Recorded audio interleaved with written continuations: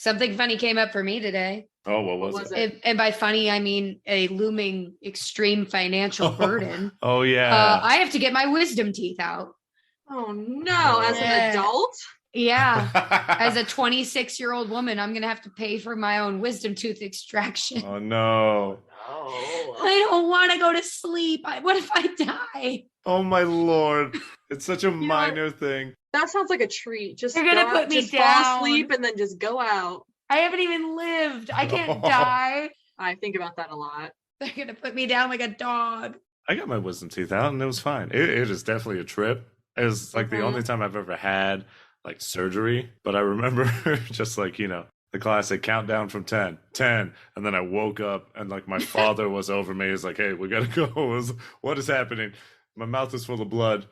And I don't know. My mouth is full of blood. Jesus Christ. Definitely woozy. Brett, were you swollen? I think I'm gonna be a fucking chipmunk. Yeah, honestly, I think you're gonna chipmunk up. I was fine. I heard like, I don't know if it's an old wives' tale or what it is, but apparently if you drink like a gallon of pineapple juice the day before your surgery, you're supposed to have like no swelling at all. What? I also heard this wives' tale about drinking pineapple juice and it makes something taste better. Yeah? Yeah. What? I wonder what it could be. Talking about jism. Jesus Christ. Oh gosh. So have you had your wisdom teeth out, Chels?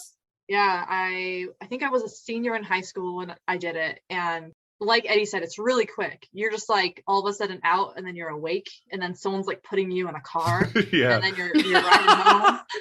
And That's you so don't really know where you're going. That's so scary. You hope it's someone you know. You hope it's your buddy. It could be anyone. I remember the worst part was having to function for like the next 10 days and like going to school. And your mouth just smells bad. You have like open wounds in your mouth and it just is gross. It's gross. Well, and you're not allowed to use a straw for a while, right? Oh, yeah. The sucking motion is not good. And here's a fun fact. I don't know if I'm admitting to too much for the first time on the podcast. I got my driver's license while I was like under the influence of my pain medication.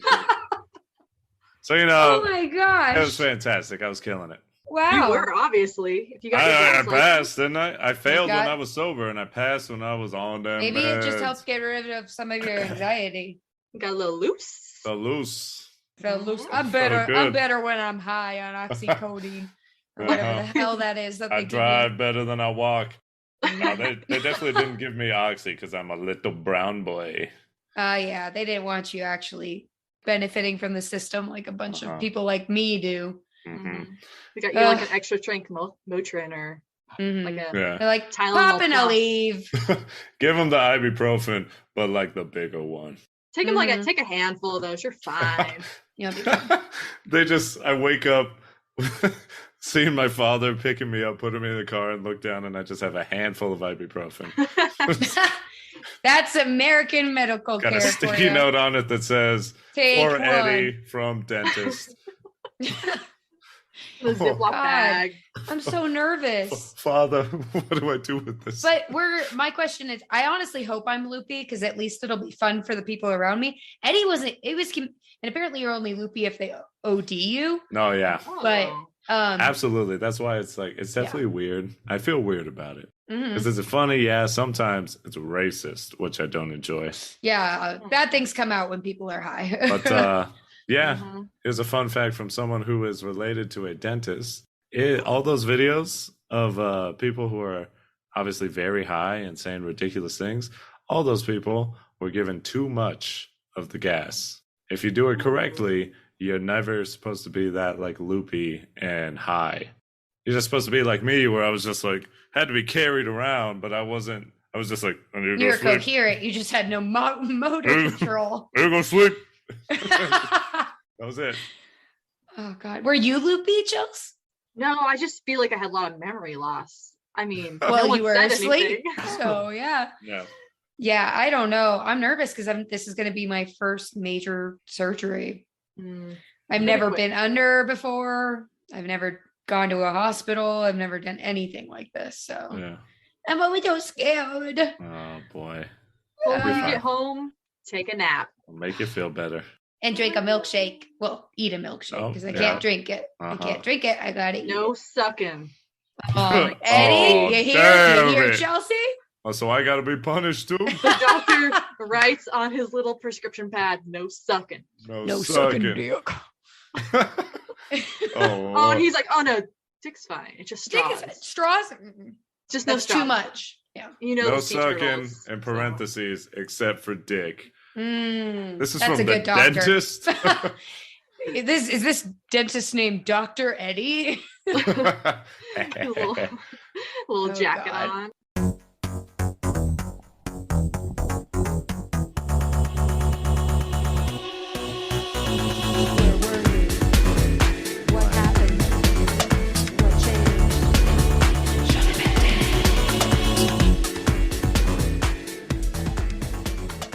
All right, welcome back, everyone, all of our beautiful, fantastic listeners out there, all 5, maybe 6 at most of you.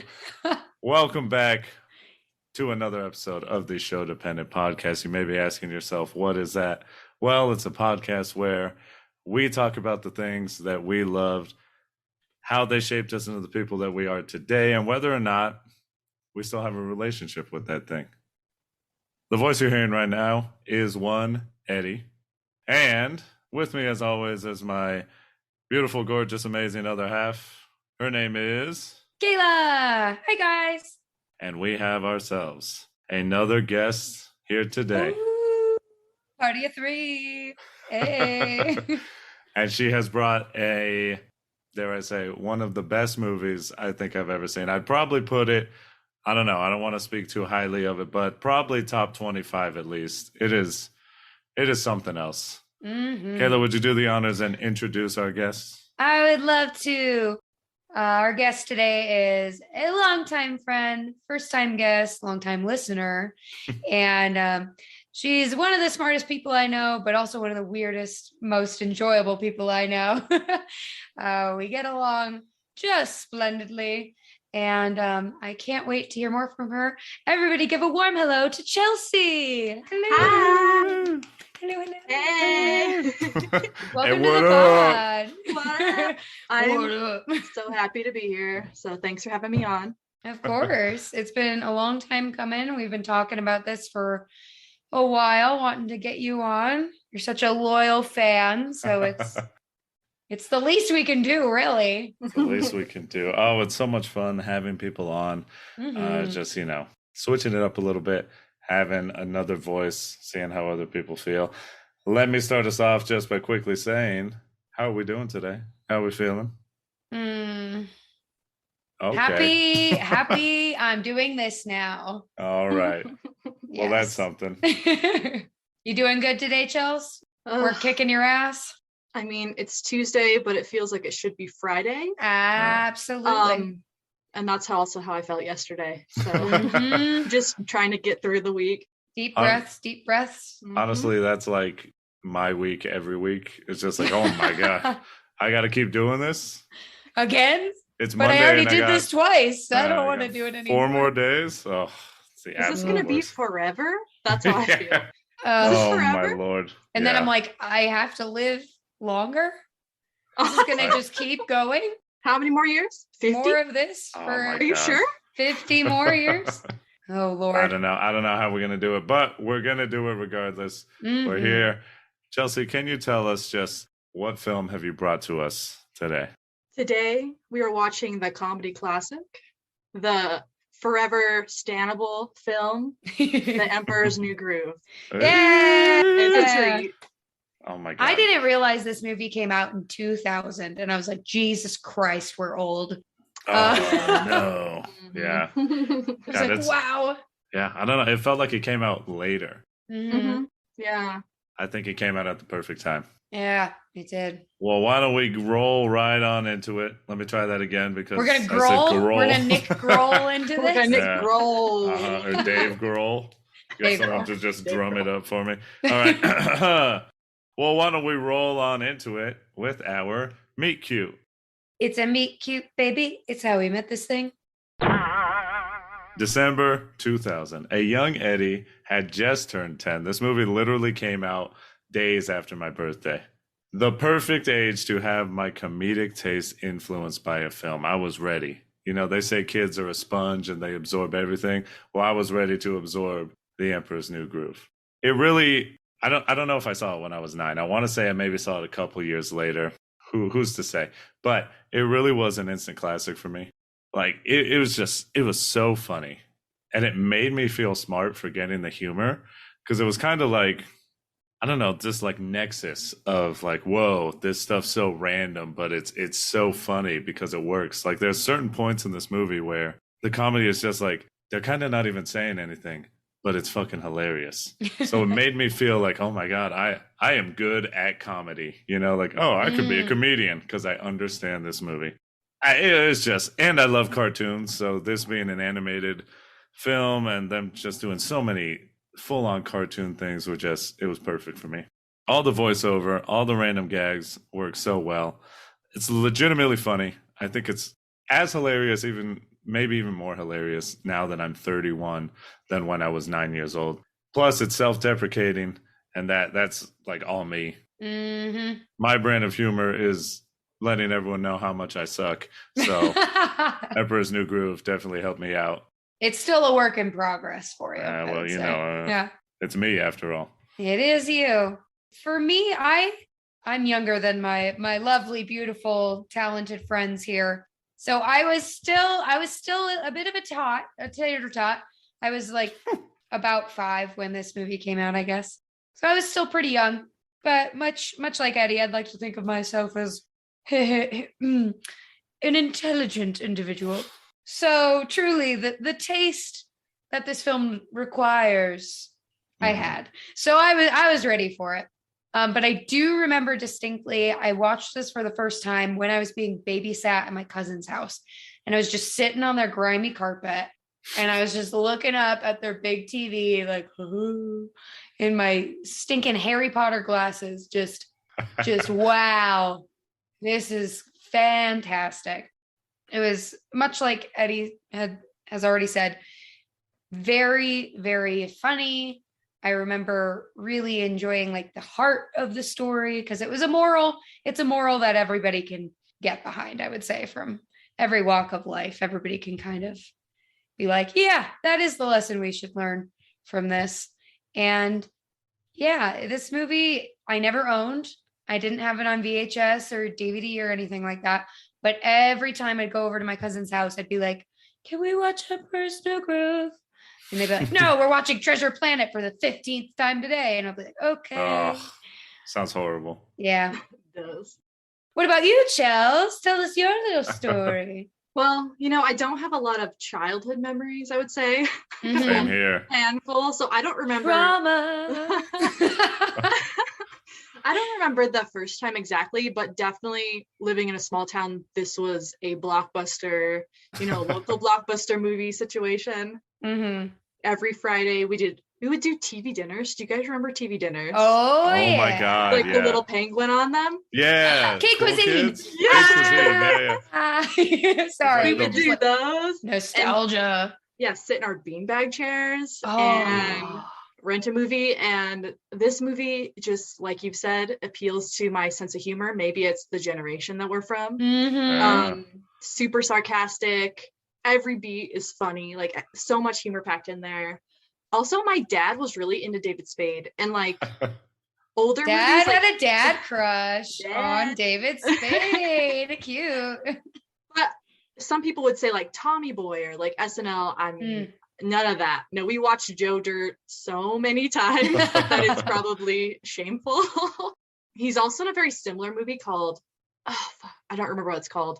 But it's about him trying to become a actor, like a star again. And he was a child star. So he like role plays as a kid in a family and pretends to be a kid again. And it's, again, very ridiculous. It's like his transition into the Adam Sandler phase of things. Oh, very nice.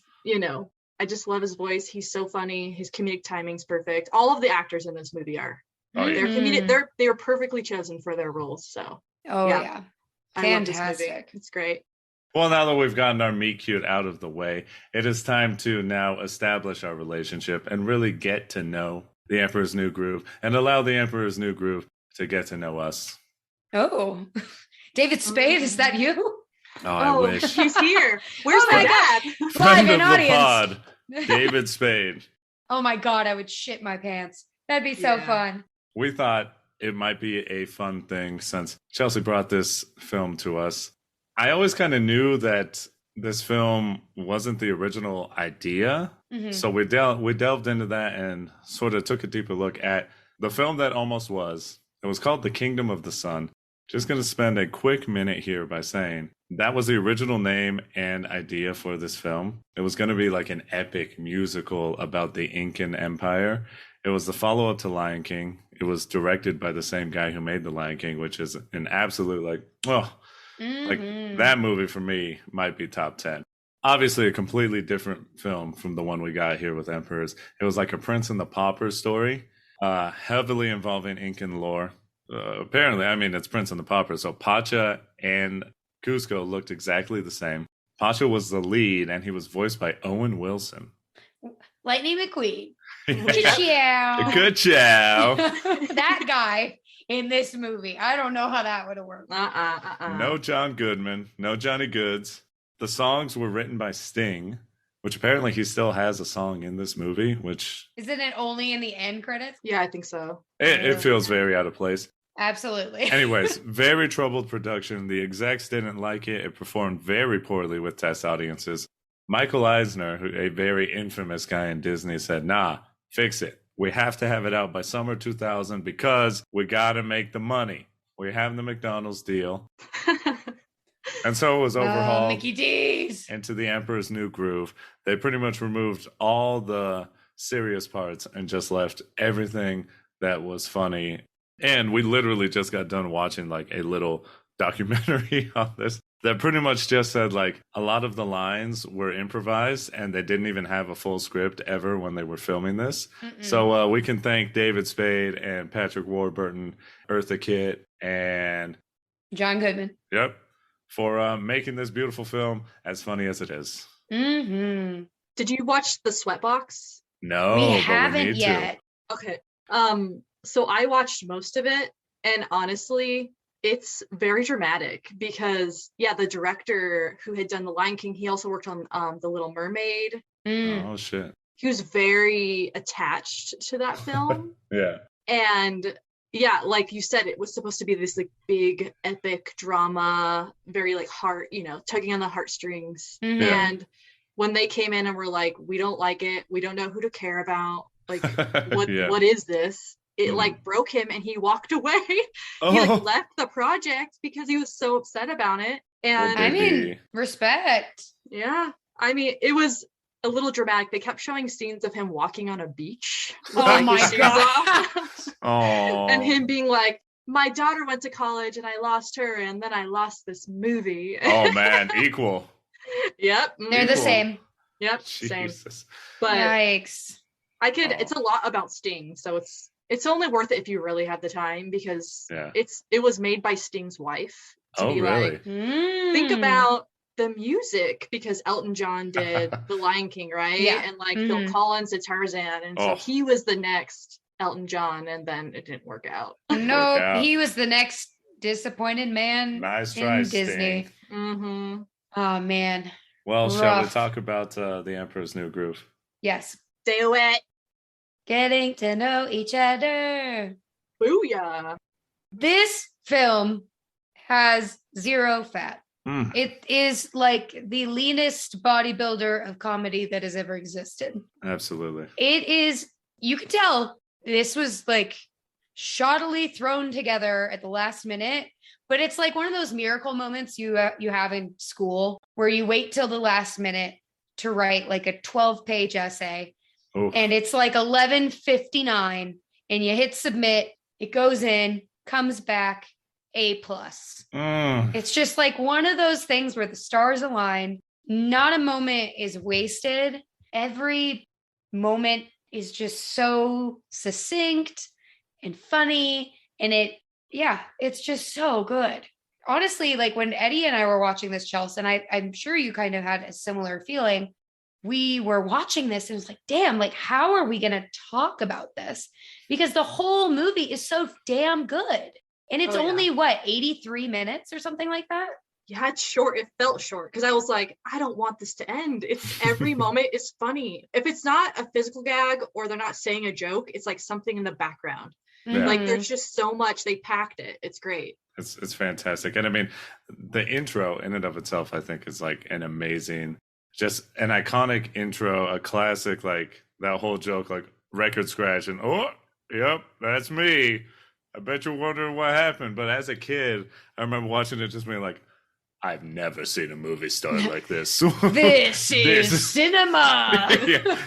I'd like look at Orson Welles and spit in his face. Nice try. Citizen Kane, what the hell?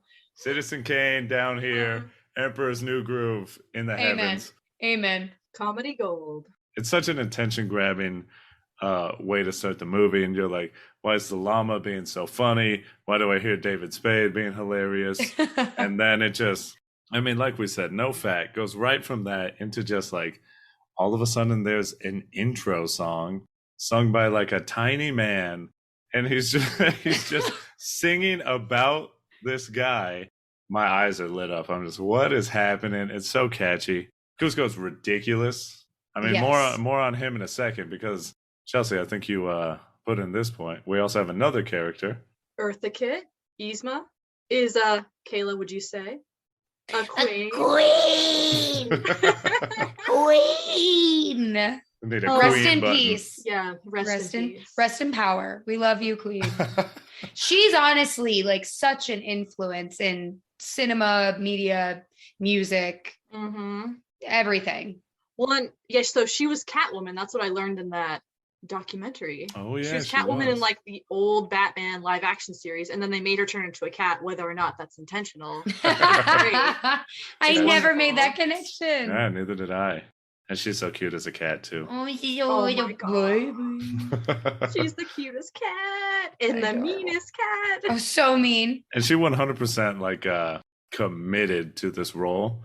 And I think, I don't know if they mentioned it in the Sweatbox, but in our little bit, I'm sure they did. In a little bit of our research, they just really pointed out that even in the original Kingdom of the Sun, Eartha Kitt was just like committed to her role, which is awesome because she knocks it out of the park as like the villain. Well, speaking of those two characters, let's go right into the characters. Talk about them briefly. Because Kuzco, David Spade, first of all, he's 18 years old, which I didn't notice until the last time we watched it. I had no clue. No clue? Oh my God. Hashtag no clue. I had no clue. Hashtag no clue. And the guy is an absolute dick. Yeah. For most of it. Such a jackass. But I mean, how do you feel about Kuzco, honestly? I feel like he is, I mean, his like entitlement is like every rich person in this country who's like, what? Like, why should I care? Yeah. How does that affect me? I wish I could be him, honestly. Oh, yeah. I know. The envy that goes along with the like, fuck you, rich man. But also like, can I please be you, please? I want somebody to feed me broccoli while I lounge in a chair. Can someone sing me a song while I walk around my palace, please? Mm-hmm. Oh yeah. My gosh. I mean, just the visual, just sitting in his throne and like stamping babies' heads. Yeah. This is just can't be bothered. Yeah. What's happening with this guy? Mm-hmm. Obviously, we have Pacha. He's so cute. He's a sweetie. He's a meme. He's a dad.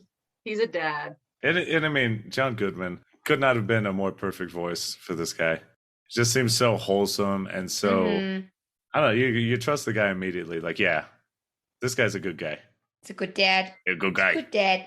He's a good guy for sure. Mm-hmm. And he puts up with a lot, you know? He gets put through a lot. Uh-huh. A lot. His ability to forgive is honestly commendable. Oh, yeah. Because I would be like, I'm going to push this llama off a cliff and it'll be the end. And that's that. The movie could have ended when Kuzco went back into the forest and he's like, all right, bye. Yeah. Have fun getting eaten by the jaguars. Yeah. Well, we already talked about Yzma, the villain. Fantastic. Eartha Kitt.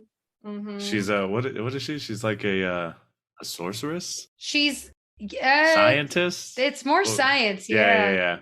That was honestly one of my questions. Is she a witch, or is she a scientist? Because she's obviously in a lab doing some. Yeah. Eddie and I, in our research, did uncover that originally Yzma's character was a sorceress or a high priestess, actually.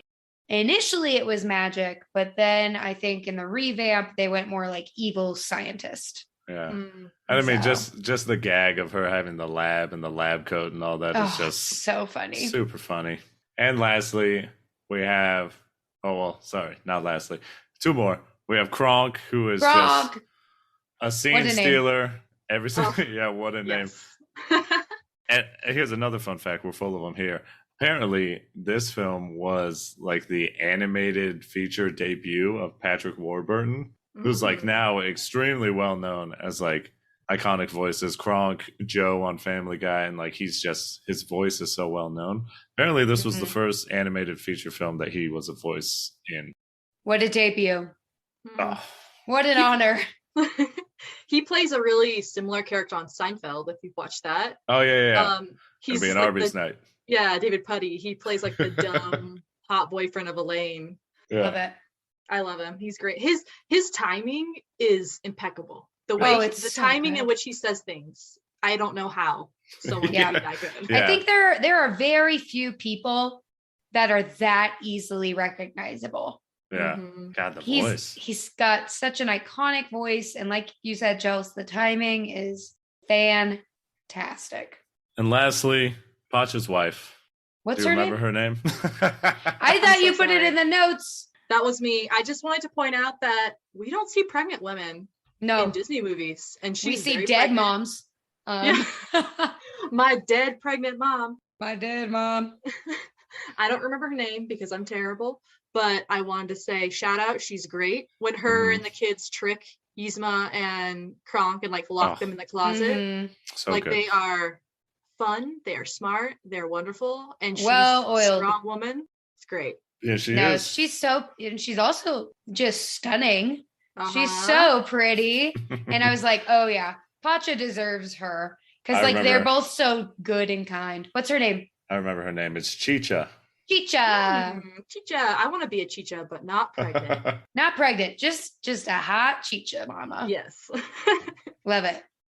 If we're just talking about things that we love in this film, I definitely love the fact that it breaks the fourth wall so often. Going back to a young Eddie, this was just the peak of comedy. Just like, he's talking to the audience. This is ridiculous.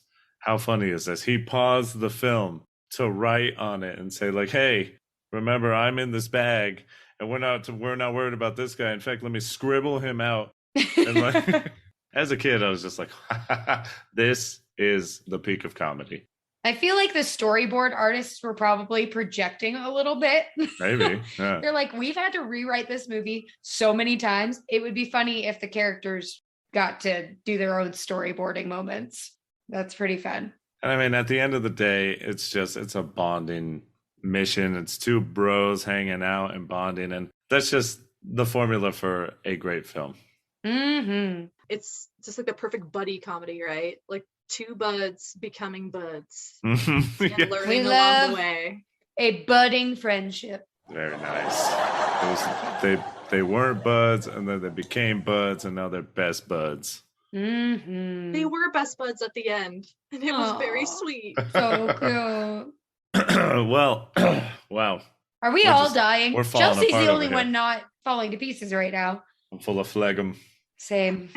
So let's get to iconic lines that I think is going to just drive us forward here. Absolutely. Because as Kayla was saying, just you watch this film and you're just like, wow, it's just hit after hit after hit, just line after line after line. It's just, this is hilarious. So honestly, almost all the lines are extremely memorable. But to start us off, Cusco's talking and he says like, hey, you want to know how much stuff I have, how much power I have? Check this out. And he says, butler, chef, theme song guy. And then the guy just comes in and starts singing it. That sets a tone perfectly for the rest of this film.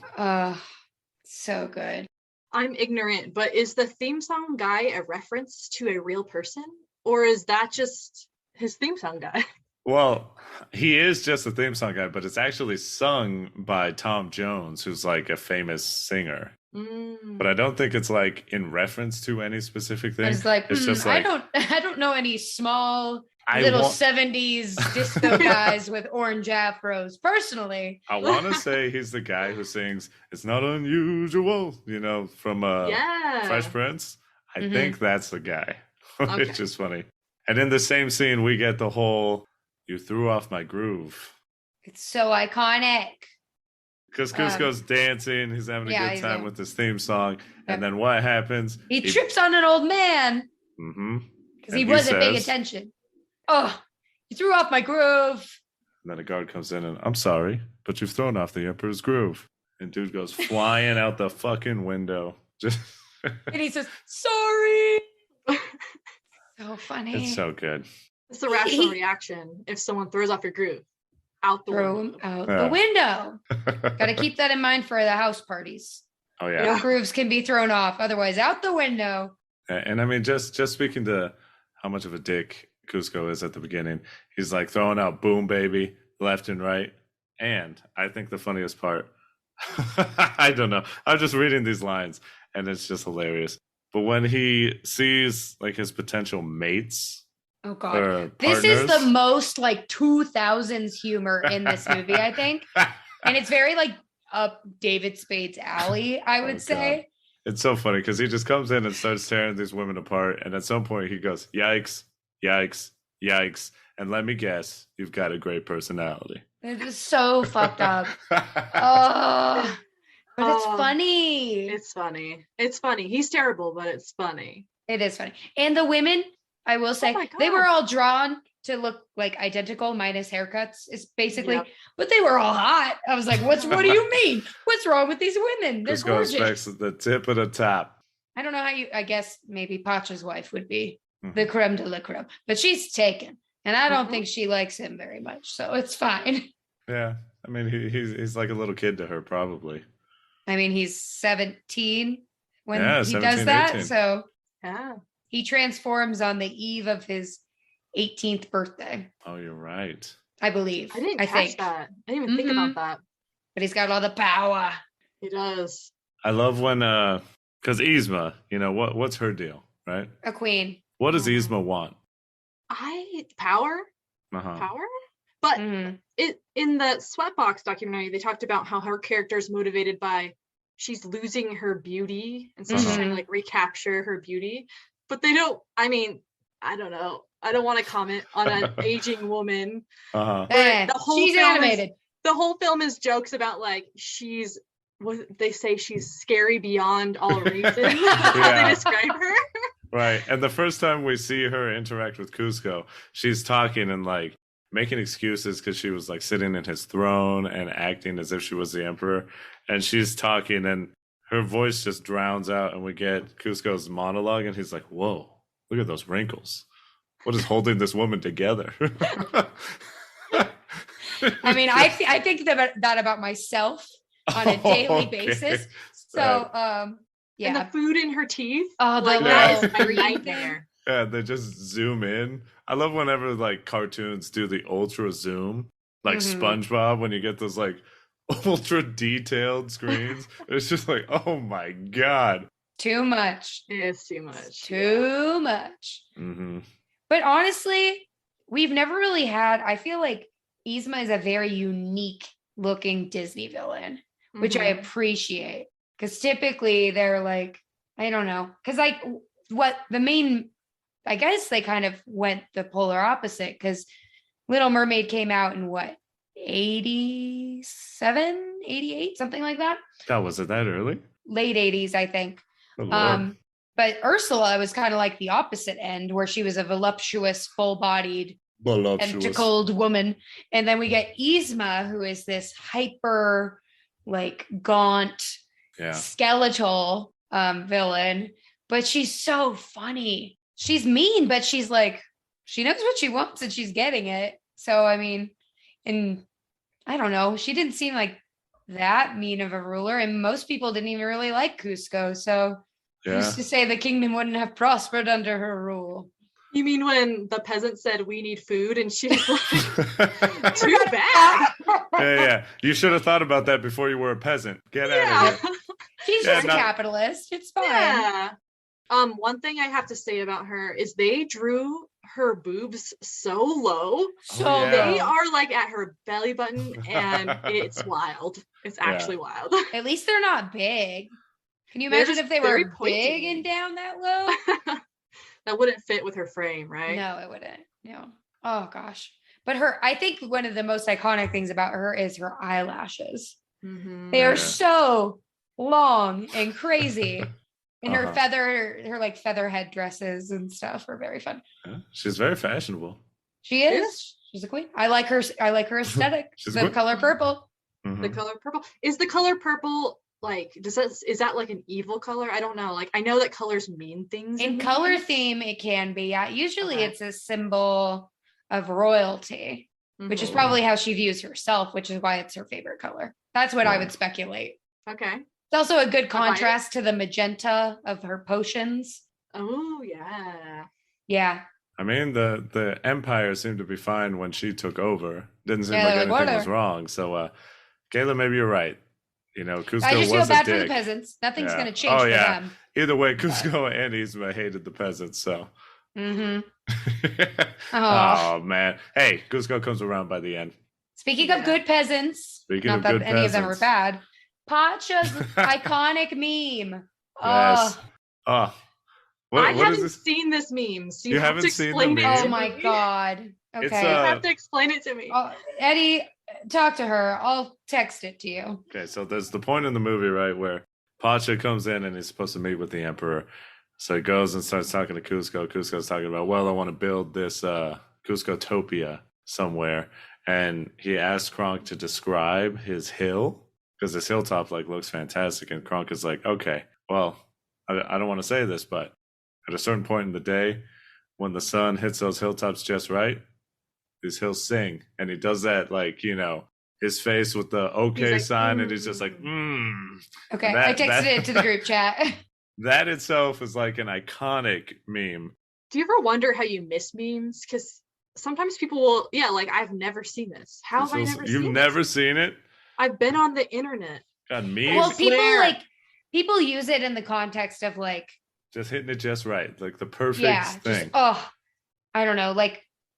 I'm trying to think of a good example. Like, it could literally be like the onion rings you had for dinner last night. And it's just you holding an onion ring, just like, or when you fill up your gas and it hits whatever dollar amount perfectly, it lands on the 00. Just, very nice. 69. 69. God, 69 420. Yeah. I've never seen it, but I do like it a lot. It's very so good. And it's so fun seeing memes in the wild. Because you're watching the movie and you're like, there it is. Zoom in on that, and there it is. There it is. Do you ever think about the young people that they saw the meme before the movie? Right. And like, that's what it's from. Oh, yeah. And I'm like, okay. Sure. Yeah. I mean, it's that whole joke, it's the guy from Fortnite. It's just like, oh, you mean Batman? Yeah, definitely. He's definitely from Fortnite. Yeah, piece of trash. Oh, my God. That's embarrassing. Get an education. Learn you a thing about Pacha. Kids didn't have to go through it either, because the Emperor's New Groove. I mean, I don't know. I feel like this is. I feel like it's a perfect cusp movie. Well, it's just a point of contention for me, because I feel like a lot of people I've seen, sort of, I guess, from our generation, claim that this film is an underrated film, but I feel like millennials, whatever, we've always loved this movie. Yeah. I feel like I've never met anyone around our age that was like, yeah, Emperor's New Groove is not an amazing film. I think it may, very nice. My voice. Is that I think it may come down to marketing. Because I think the way this film was released, it really just did not lend itself to the phenomenon that Lion King was. Because I'm sure you guys remember, and I don't know if Eddie did, but I had a Lion King stuffed animal. I had a Nala doll when I was a little kid, and I think my friend had Lion King bed sheets. Like it was very much marketed. Yeah. And merch and toys and, sequels were a thing. I mean, we get a sequel with this too, but we do. Yeah, we do. But I think a large part of this quote unquote being a flop is just the nature of how this was rolled out and its competition at the time. Because I don't think this is a bad movie at all. I really, really like it. It was just not marketed well. Yeah. Like I would love to see like a Loungefly bag. I don't know if you guys know what those are. Loungefly is basically like a nerd brand. So they collab with like Disney and anime studios, things like that. And they create like specially designed purses, bags, wallets, things like that. If there was like an Emperor's New Groove backpack, I'd be repping that. Like that'd be so fun. And it could be like the palace head and little Yzma on a zipper just dangling on the edge. Hey, Loungefly, why don't you make that for me, huh? Hey, Loungefly, why don't you sponsor this podcast? Give them a free ad. There you go. A free idea, free ad. There you go. But yeah, there was not really like toys for this movie. Which is a damn shame. Honestly. Probably because of the last minute changes, right? Mm-hmm. Yeah. But they didn't know what this movie was going to be. Yeah. Well, and like you said, it has like a cult following, I would say. Mm-hmm. Yeah. And like so well regarded, but I agree. I don't think it did very well in the box offices. Yeah. Like that matters. Meanwhile, Frozen is still hanging on by a godforsaken thread when it should have died back in like what, 2011 when it came out. God, has it been that long? I can't remember. Whatever. But it's been too long. I'll tell you that. Oh yeah. Okay, well, Kayla, I am on loungefly.com. Yes. Is there a Cusco bag? They have 2 Emperor's New Groove products. One, an Yzma villain scene backpack. Ooh. And Yzma as a cat with the vial in her hand as a wallet. Oh my goodness. It. Wow. The backpack, you had me by the throat. The backpack is Yzma, but she's like, argh. And then the front pocket is when Pacha and Cusco are climbing up the back to back. Yeah, when they're back to back and they're going up the like crevice. Oh my god! Wow, I've never heard of this website, and now I'm gonna buy. Thanks for nothing. We need some things. I can't afford this. I think they also have Studio Ghibli stuff too. No, free ad space. Oh, by the way, Frozen came out in 2013, so it wasn't that long ago. That's still too long. I've never seen it, and I will hold on to that. As never do. Honor. You don't need to. I don't want to. No. You know what's another iconic line? Tell me. Pull the lever, Kronk. Wrong lever. Why do we even have that lever? It's so funny. And then, my lord. We'll leave this one for the last one, but I don't know. I think we can rapid fire these last few quotes and then get to these iconic bits because we'll just do more talking about quotes during them. But I think the one joke that I think always stuck with me, that was the funniest to me, was when Cusco and Pacha were about to go over a waterfall because this movie is just everything sort of, I guess in a way, subverting your expectations and making it funny. Because Pacha comes in like triumphantly, as Chelsea was saying earlier, to save Cusco from like these panthers in a jungle. And he comes swinging in like Tarzan, and then he just completely whiffs the first time. And you see him just go careening off. And you're like, oh my God. But then he comes back, makes a save. But of course, things go wrong. They get essentially tied up against a tree trunk that falls into water, is rapidly going towards a waterfall. And just out of nowhere, Cusco's just like, don't tell me. We're about to go over a huge waterfall. Kayla, do you want to be Pacha? Pacha says, most likely. No, not yet. Wait, what does he say? Right. Wait, we got the script right in front of you. I was looking at Loungefly bags. We got the script right in front of you. Damn it. All right, let's try it again. Ready? Okay. Don't tell me. We're about to go over a huge waterfall. Yep. Sharp rocks at the bottom? Most likely. Bring it on. And then he goes over and he says, booyah. Oh, I love it so much. That is ingrained. You want to talk about Sho-Dependent? That is in my brain for the rest of my life. And I think the reason that may be is I distinctly remember that scene being played, and this could be a Mandela effect, But I distinctly remember that being in the trailer for the movie.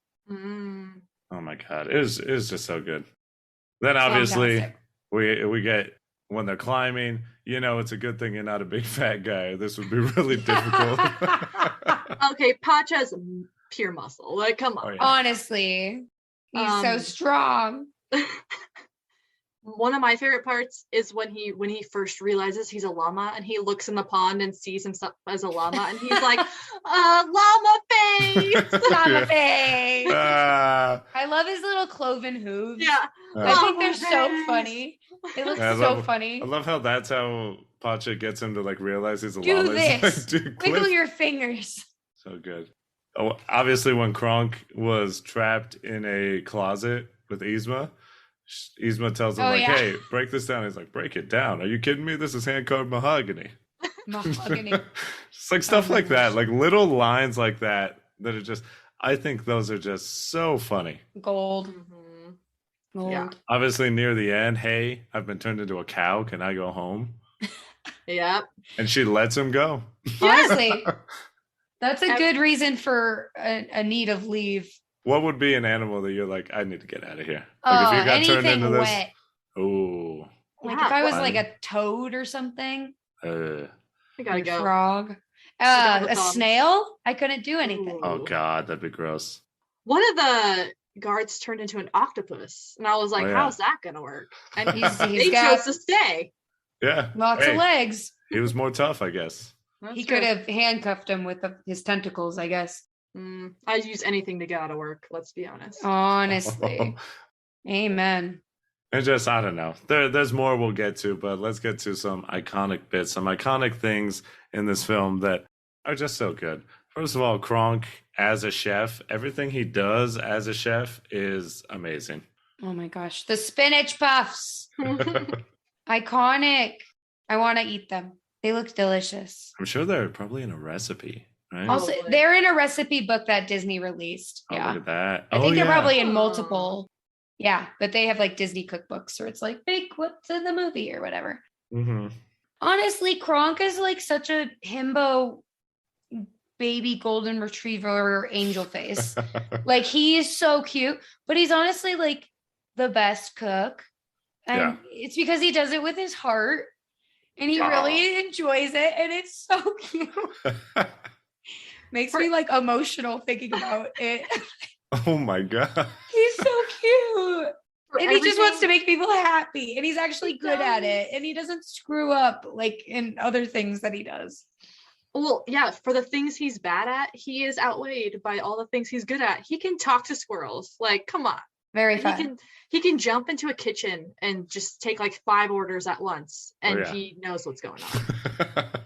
I love it. Have you seen Kronk's New Groove, the sequel? No. Eddie and I watched it. Is it good or is it? It's so good. It's pretty cute. It's good. It feels long. Oh, to me, stop it! But that's because I don't have the nostalgia for it like Eddie does. Stop it! Here's a fun fact. But it is cute. My family does not own Emperor's New Groove, but we own Kronk's New Groove. So it's a good one. It's more of Kronk being a wholesome guy, and somehow, some way, they got all the original voice cast back for it.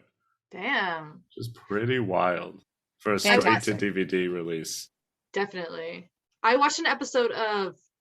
They had like that Disney show with David Spade, and it was like the Emperor's School. Oh yeah, Emperor's New School. Yeah, I watched one episode and I was like, nope. Yeah, it's bad. No. It's bad. I remember watching it because it was on Disney Channel, and I was like older, and I was like, this isn't good. No, it's like hijinks.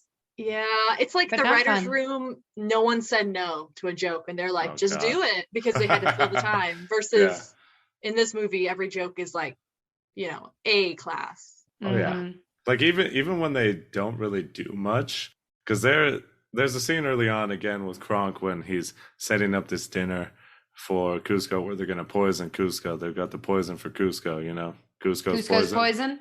Yeah.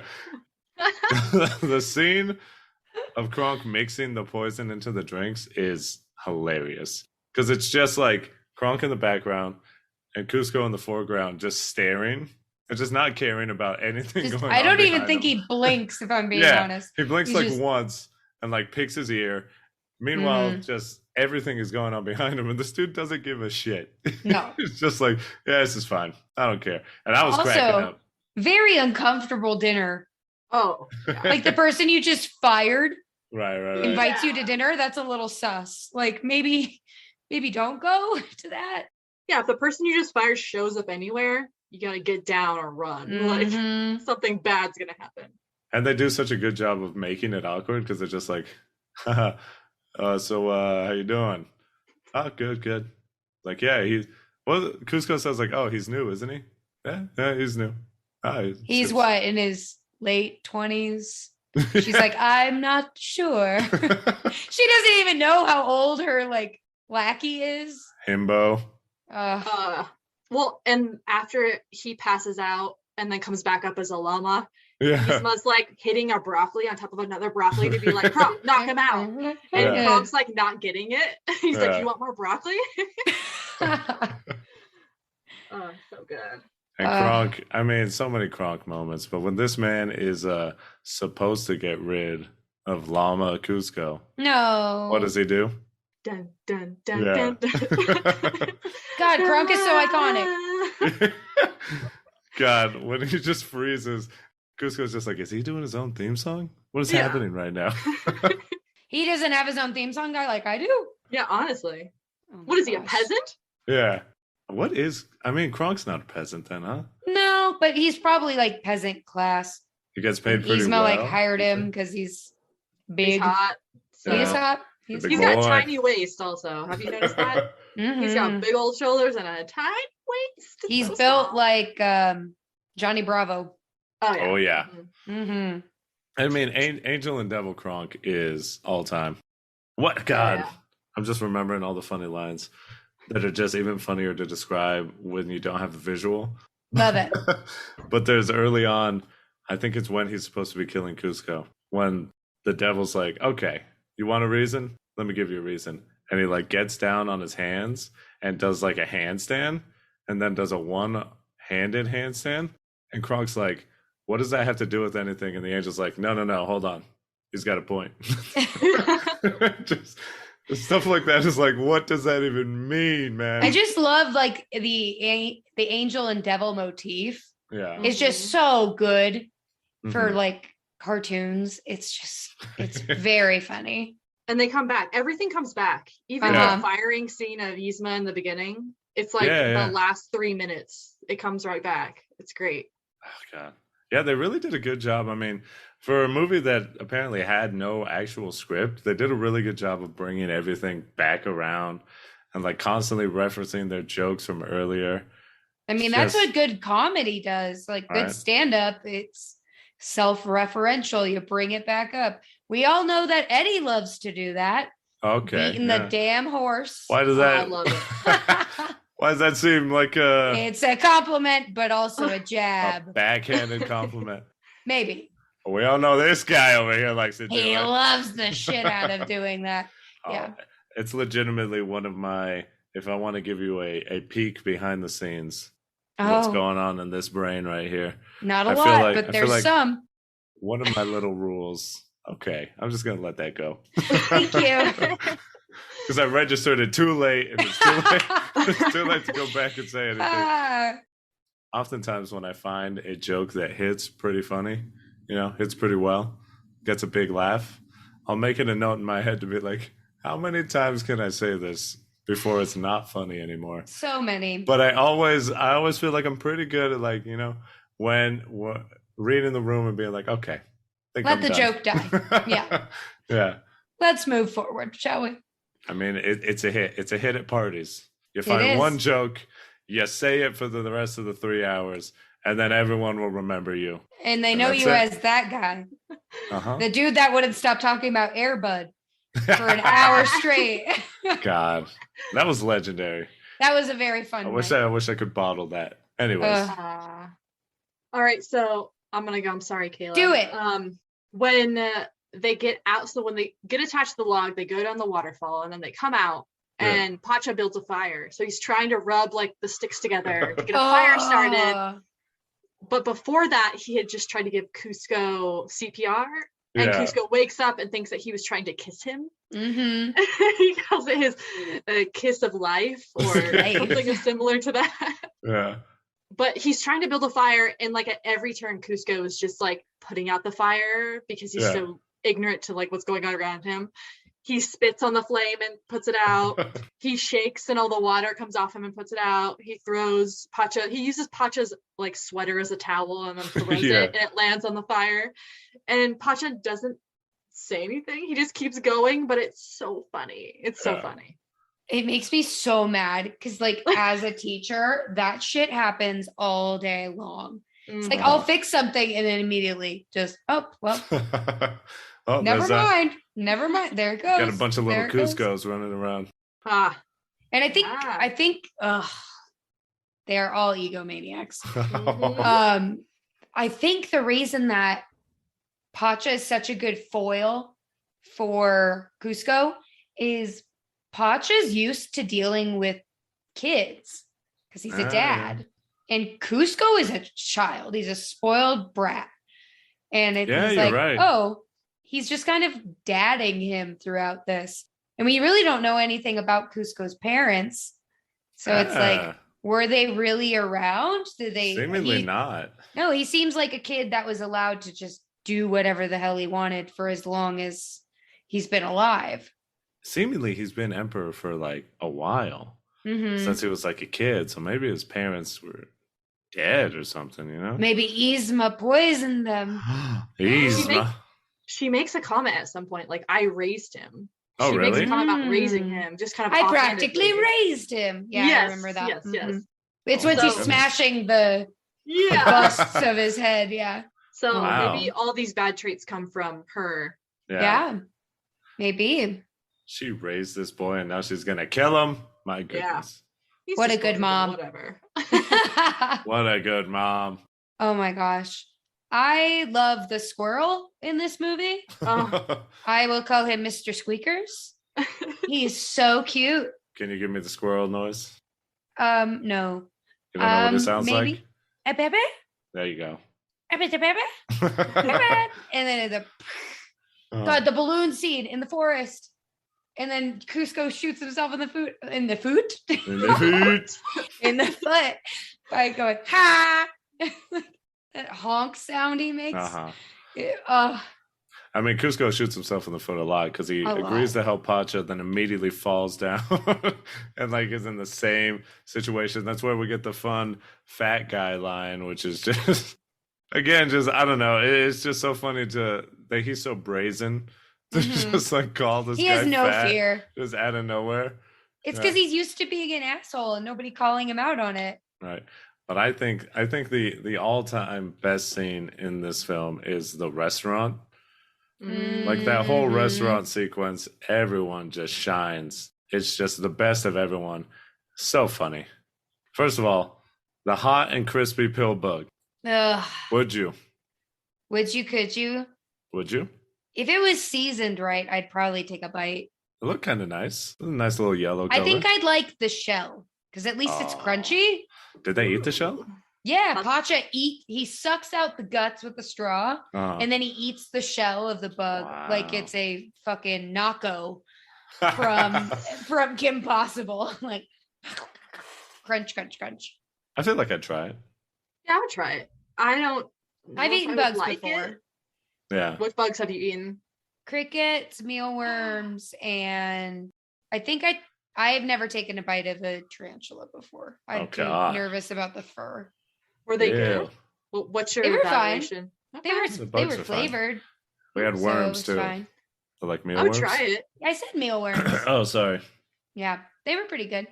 Okay. It's the future of protein, don't you know? Honestly. Mm-hmm. Well, I don't need protein. I don't need that stuff. Phooey. What were you going to say about the diner scene? I think Eddie was about to point this out, but when Cusco goes to the back and that old man is like, damn, about his butt. Thumbs up. And then thumbs up Pacha. Like, so good. My favorite is the menus. Oh, yeah. How they're so, Yzma and Cusco and Drag are about to see each other, but they keep putting their menus up so they never see each other. And it's so funny. It's such a good visual gag. And every time Eddie and I go to a restaurant, we like do that. Yeah, legit. Yeah, we've done that before. Just many a time we'll just be sitting in Red Robin. You want to do the Emperor's New Groove bit? Oh my goodness. As Chelsea said, Kronk hops right into the diner and just fits right in. He's killing it, stirring up like 5 different things. He knows all the lingo. Uh-huh. Which is great. And I love at the end when they run away and Yzma, they like fake that it's Yzma's birthday. And Kronk just comes out and it's just like, you didn't tell me it was your birthday. He's just stirring something in a bowl. Like, what the hell? Uh-huh. It's so funny. Amazing. Honestly, a fantastic diversion. Yeah. Yeah. We gotta sing happy birthday to this 1,000-year-old woman. I mean, right here we could talk about even more how everyone's just disgusted by Yzma. She's so cute though, but also scary. Is she? She seems scary. I don't know. She's kind of fun. I like her. Fun. I like her. I think cute is a strong word. I don't think she's terrifying. No. Not terrifying beyond all belief. Yeah, you might not take this as a compliment. Uh-oh. No. Uh-oh. Are you going to say it? No, I am going to say it. Eddie and I were thinking how fun it would be if we did a villain party. And I think you as Yzma would be fantastic. Because you're like tall and long and just you're spunky and just I think it'd be very, very fun. And then Eddie thinks that I would be a really good. Have you seen Zootopia? Yes. Yeah. I would be a good sheep from that movie. You remember the sheep that turns heel at the end? That's me. Because I pretend to be all good and innocent and I'm like, haha, I fooled you. And then I want Eddie to be Scar. Ooh. Yeah. Scar. Right. Scar. It would work. We just fluff up his hair a little bit and there we go. That's it. Some little kitty cat ears. Dress up your cats as some hyenas. No. Do his bidding. I'm going to need one more hyena because Whoopi Goldberg has to be in there. Yeah. Oh my goodness. One of the parts that is really funny is they show Kronk and Yzma camping. Yeah. Yes. And Yzma has like a normal size tent and Kronk has a tent that covers like his knees. If that. And then he has a teddy bear that has the same like nightcap on his head. It's so cute. Oh, Kronk. And then he wakes up and is like, oh, I remember. That's Pacha. That's the peasant I saw. And he goes to tell Yzma and opens up the tent and she has a face mask on and no hair. And he's disgusted. Yep. Oh, it's so good. And that just reminds me how funny it is when it's like all mundane things. It's like a slice of life anime where all the funniest and best parts of this movie are just like the everyday life aspects. Because it's so funny when Kronk is like, hey, he's talking to Pacha and he's like, hey, I've seen you before. Don't I know you from somewhere? He's like listing off like we wrestled each other in high school or we did this or I saw you at like the market or something. And Pacha's obviously trying to ignore him, which we've all been there when someone's just like, just leave me alone, man. But then Kronk is like, hey, you got to help me out here, man. Like, you're giving me nothing. And I just think that's so funny because we've been in both parts where you're like, on one end, like, please, this is driving me crazy. Yeah. On one end, I think we've talked about it on the pod before. I don't like seeing people that I know out in public because I'm just like, first of all, don't say hi to me because I'm definitely not going to say hi to you. And second of all, I really would just like to get out of here so I can sympathize with Pacha, just be like, hey, I'm good. But on the other hand, like Kayla said, when you just like, someone and they're giving you nothing, you're like, come on, man. Like, help. You have to give me something because I'm just sitting here dying. Yeah, I assume when I see people like I knew from high school in public, I assume they've forgotten me. Yeah. And so I will never say hi first. Yeah. And once I was at a restaurant and one of the girls I graduated with came up to me and said hi. And I was like, do I know this person? But you have to be so like, you're the one that forgot. Yeah. Oh, I'm hey, what Pacha, up? like, do I know you? Don't think I know you. Yeah. Again, I think we've talked about this before, but I'm definitely not the guy to like yell out at someone. No. I don't know. I've seen it not work for people, and that is embarrassing. Oh God. That is pretty uncomfortable. Everyone's experienced it when you think someone's saying hi to you and you say hi back and it wasn't for you. And I know everyone's done that and it's not just me. Yeah. No, and it's not the worst. Hey, what up? Oh, even worse is the wave. Yes. Hey, that's another meme. The little SpongeBob guy, the little fish. Oh yeah, in the mirror. They're like, hey. Oh God. Now I'm uncomfortable. The pain of the embarrassment. Well, hey, I hate being embarrassed. We're kind of at the tail end here, you know. Through our conversations, we've seen these boys become buds, and they're racing off towards the palace to get the cure for Cusco's llama problem, I guess. His llama drama. There you go. Hey. That was one of the original songs. It was. It was like, do the drama llama. Very Sounds weird. Cringy. Sting was apparently killing it. I don't know. I guess here's another fun fact. Fun fact. I guess all of Sting's original songs for the original movie Kingdom of the Sun are on the Emperor's New Groove soundtrack. Oh. So we could go listen to it and be like, oh, what could have been?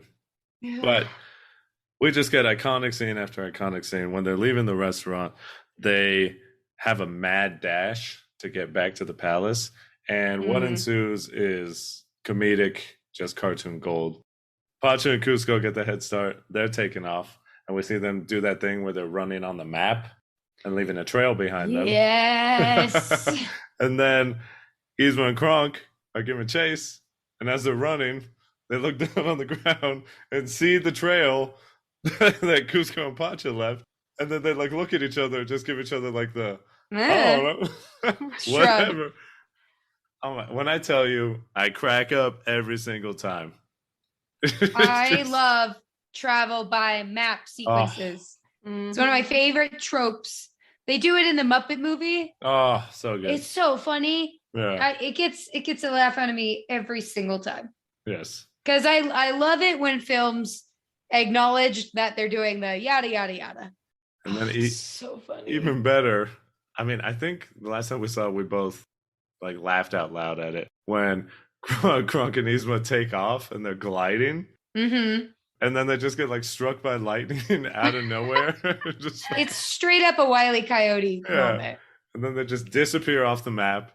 And yet somehow, when they Pacha and Cusco get to the palace, just Yzma and Kronk are already there, and they're like, "Wait a minute, how did you get here before us? This doesn't make any sense."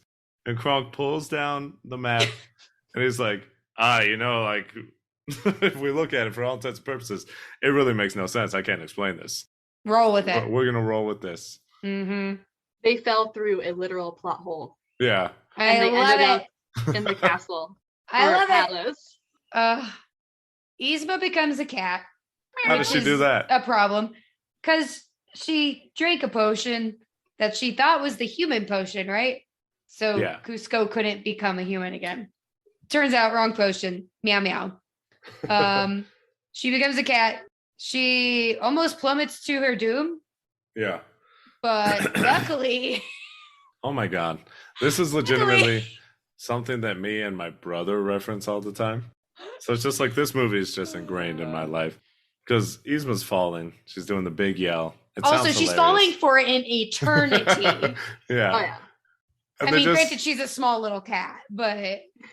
They cut to a guy who has a truck full of trampolines and has a trampoline set up in ancient Incan Empire times. And the guard is like, "Hey, for the last time, I didn't order a trampoline." And the guy looks at him and he's like, "You know what, pal? You could have told me that before I set it up." The visual I get in my head. This dude took an hour to set up this trampoline. I would be so upset. Like, the guy lets you set it up and like, "All right, here you go. I didn't order this. Why'd you let me do this?" And then that allows Yzma to bounce back up to the top of the Oh my God. Oh. It's so funny. Everything, the physical gags are so fun. Good. They never stop giving. Uh-huh. And then Yzma, multiple times almost gets the human potion before Cusco.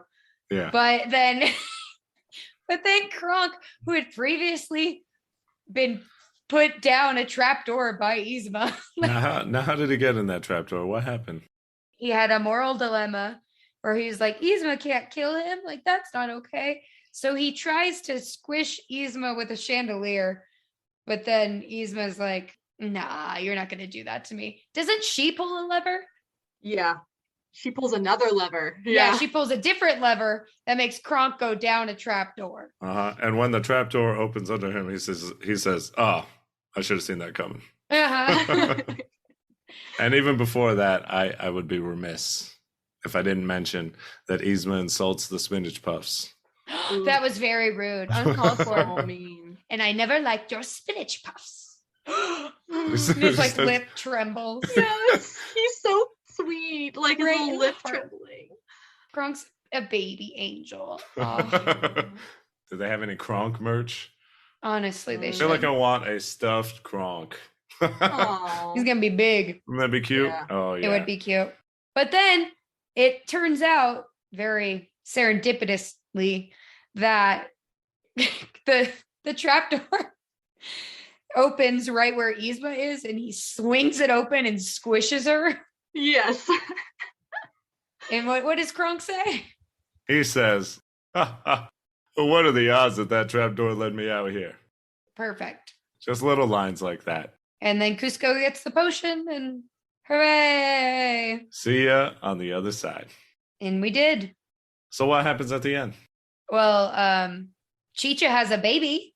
She does have a baby. She gives birth by the end. She's got 3 kids now. Oh my God. Which is wild. And then Cusco does what, Chels? What does Cusco do? Well, something I also learned, fun fact.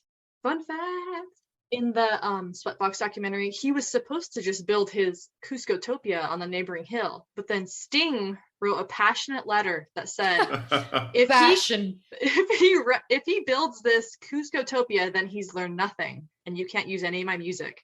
So then they made it so that he built a modest house on the neighboring hill, so that him and Pacha can hang out together and go down the waterfall as a water slide and swim and be just buds. He finally has a real bud, because it didn't seem like he had any real friends. He just had people that worked for him. Right. Mm-hmm.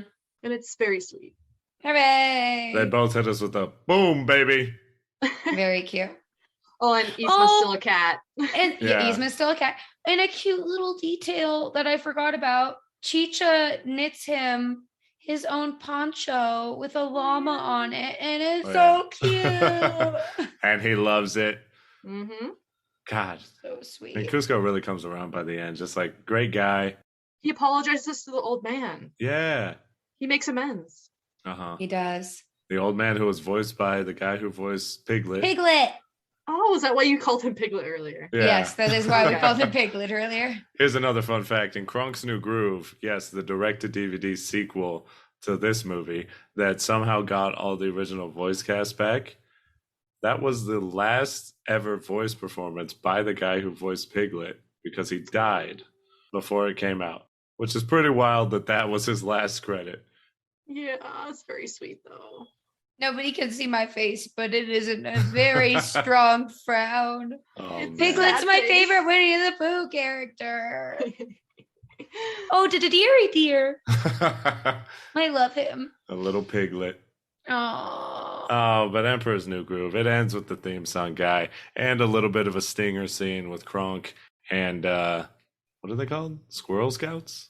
Something like that. The Chip Cadets?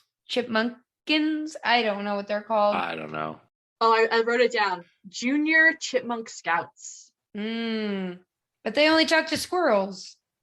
Plot hole. I guess so. What's a chipmunk? A chipmunk is similar to a squirrel, but not a squirrel. They don't have bushy tails. Chip and Dale are chipmunks. Oh, you're right. Yeah. Or Alvin Squeaking. And Simon and Theodore. Oh my God, you're right. Yeah, those are also chipmunks. Squeaker. That's all I have to say about that. Squeaking. Shall we DTR? DTR. You know, after watching this movie again recently, after talking about it, and really just seeing all the amazing things in this film, I have to say, it's very obvious. I'm 100% just show-dependent upon this film. As I said, there are things that I legitimately do, and Kayla and I legitimately do in our life that come directly from this movie. We do the menu scene bit when we go to restaurants. I constantly reference the trampoline joke as one of my favorite jokes of all time. This movie is a movie that's going to stick with me, and I'm going to want to watch it again and again and again until the end of my days. The Emperor's New Groove, I think, was the jumping off point of me really, I don't know, as weird as it is to say, but I think it is just maybe me like focusing on the type of comedy that I like, and the like jokes that I like to tell, and the things that I gravitate towards when I'm trying to be funny. I think a lot of it comes from The Emperor's New Groove. It's like very random and out there, but also very much self-referential and circles back around. And these are just, as I said, self-deprecating. These are all just things that I love to do when I'm trying to be funny.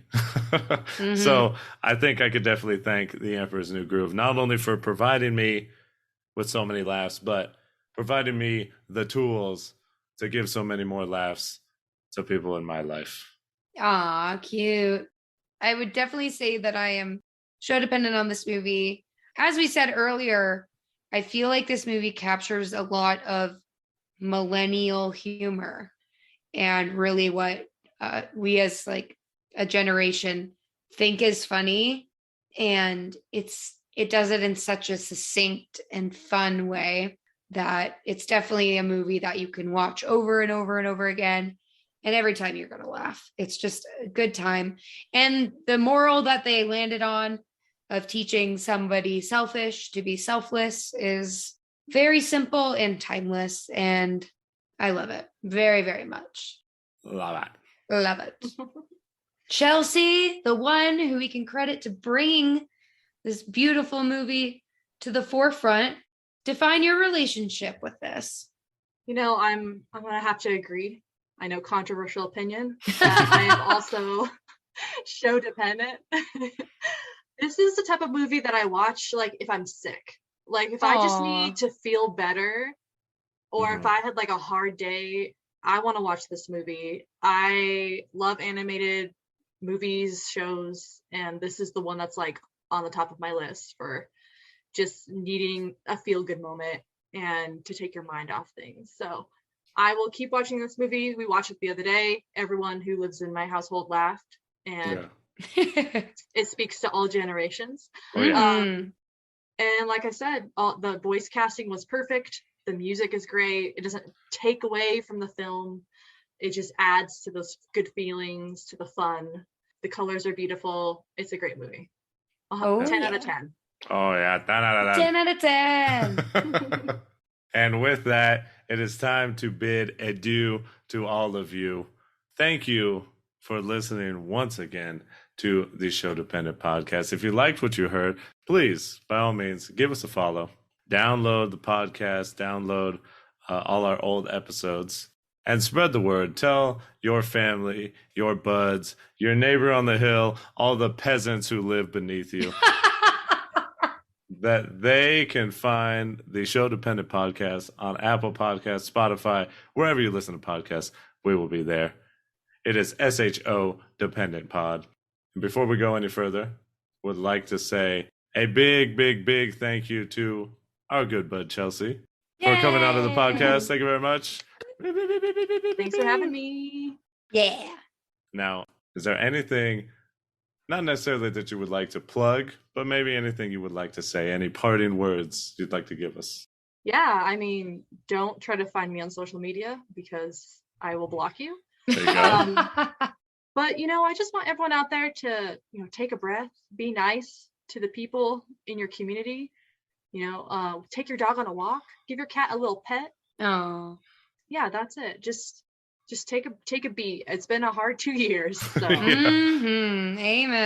Enjoy the little things. All right, I love it. There you go. Thank you. And hey, if you want to follow the podcast, by all means, please seek us out. Please follow us, please. God, we're begging. You can follow the podcast on Twitter, on Instagram.